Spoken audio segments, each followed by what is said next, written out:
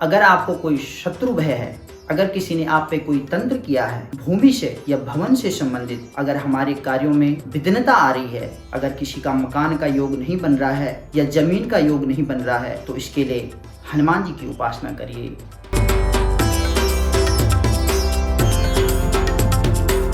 जय श्री राधे।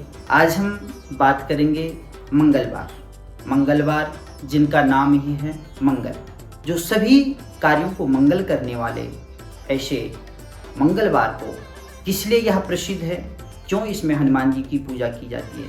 इसमें हनुमान जी का पूजा इसलिए किया जाता है, सर्वप्रथम तो यह है कि इस दिन हनुमान जी का जन्म हुआ था। इस पृथ्वी में मंगलवार के दिन हनुमान जी प्रकट हुए, तो इसलिए भी इस बार को हनुमान जी का वार माना जाता है। मंगल एक शक्तिशाली और भूमि का कारक माना जाता है। मंगल को शक्ति का कारक माना जाता है, जो कि हनुमान जी भी हैं।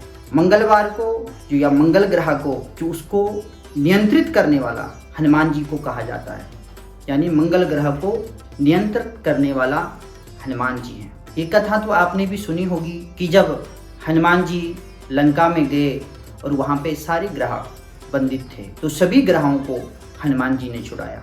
हनुमान जी की पूजा करने से 9 ग्रह प्रसन्न रहते हैं। कोई भी ग्रह अगर आपको तंग कर रहा है या किसी कारण से आपको कोई दिक्कत हो रही है, तो आप अगर हनुमान जी की उपासना करते हैं तो वह ग्रह आपको परेशान नहीं करे, उससे आप छुटकारा पा सकते हैं। पूजा हम हनुमान जी की कई प्रकार से पूजा करते हैं, जिससे हमारा मंगल अच्छा हो जाता है। जैसे हम भगवान को गुड़ चना का भोग लगाते हैं या कोई भी लाल प्रसाद का भोग लगाते हैं। हनुमान जी को चमेली का तेल और सिंदूर का लेपन करते हैं। सिंदूर, इसके कई और भी कथाएं हैं, लेकिन कहा जाता है कि एक बार माता सीता अपना श्रृंगार कर रही थी, मांग में सिंदूर भर रही थी, तो हनुमान जी के मन में प्रश्न आया और इन्होंने माता सीता से पूछ लिया, हे माते, आप ये सिंदूर क्यों लगा रहे हैं? तो माता ने सीधे सरल भाषा में कह दिया कि इससे पति यानी हमारे राम जी की आयु उम्र लंबी होती है, पति के सुहाग के लिए ये मांग भरी जाती है,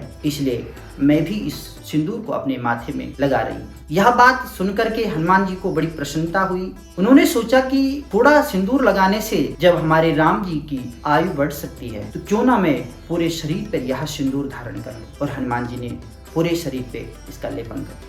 हनुमान जी को प्रसन्न करने के लिए कई व्रत हैं, जैसे हम मंगलवार का व्रत रखते हैं। कई उपाय हैं, जैसे हम किसी भी मंदिर में जो त्रिकोणीय ध्वजा होता है, जिसमें राम लिखा होता है, उसको चढ़ाएंगे तो हमारी अवश्य भूमि से या भवन से संबंधित अगर हमारे कार्यों में विघ्नता आ रही है, तो वह कार्य शीघ्र ही संपन्न होता है। अगर किसी का मकान का योग नहीं बन रहा है या जमीन का योग नहीं बन रहा है, तो यह उपाय उसके लिए बहुत ही कारगर रहेगा। अगर किसी को मंगल ग्रह अरिष्टता प्रदान कर रहा है, तो हनुमान जी के गले में पीपल की 11 पत्तों की माला बनाकर मंगलवार के दिन भगवान को पहनाएं, तो वह अरिष्टता खत्म हो जाती। सभी कामनाओं के लिए अगर मंगलवार के दिन शाम के समय में हनुमान चालीसा का 100 पाठ किया जाता, तो उसकी सभी कामनाएं निसंकोच होकर के पूर्ण हो जाती है। तो इस प्रकार यह मंगल ग्रह को शांत करने के लिए और हनुमान जी को प्रसन्न करने के लिए मैंने आपको कुछ उपाय बताए हैं, क्योंकि हनुमान जी बुद्धि बल के देवता हैं। अगर आपको किसी राज दरबार में किसी प्रकार की कोई परेशानी हो रही है, अगर आपको कोई शत्रु भय है, अगर किसी ने आप पे कोई तंत्र किया है, तो इसके लिए हनुमान जी की उपासना करिए।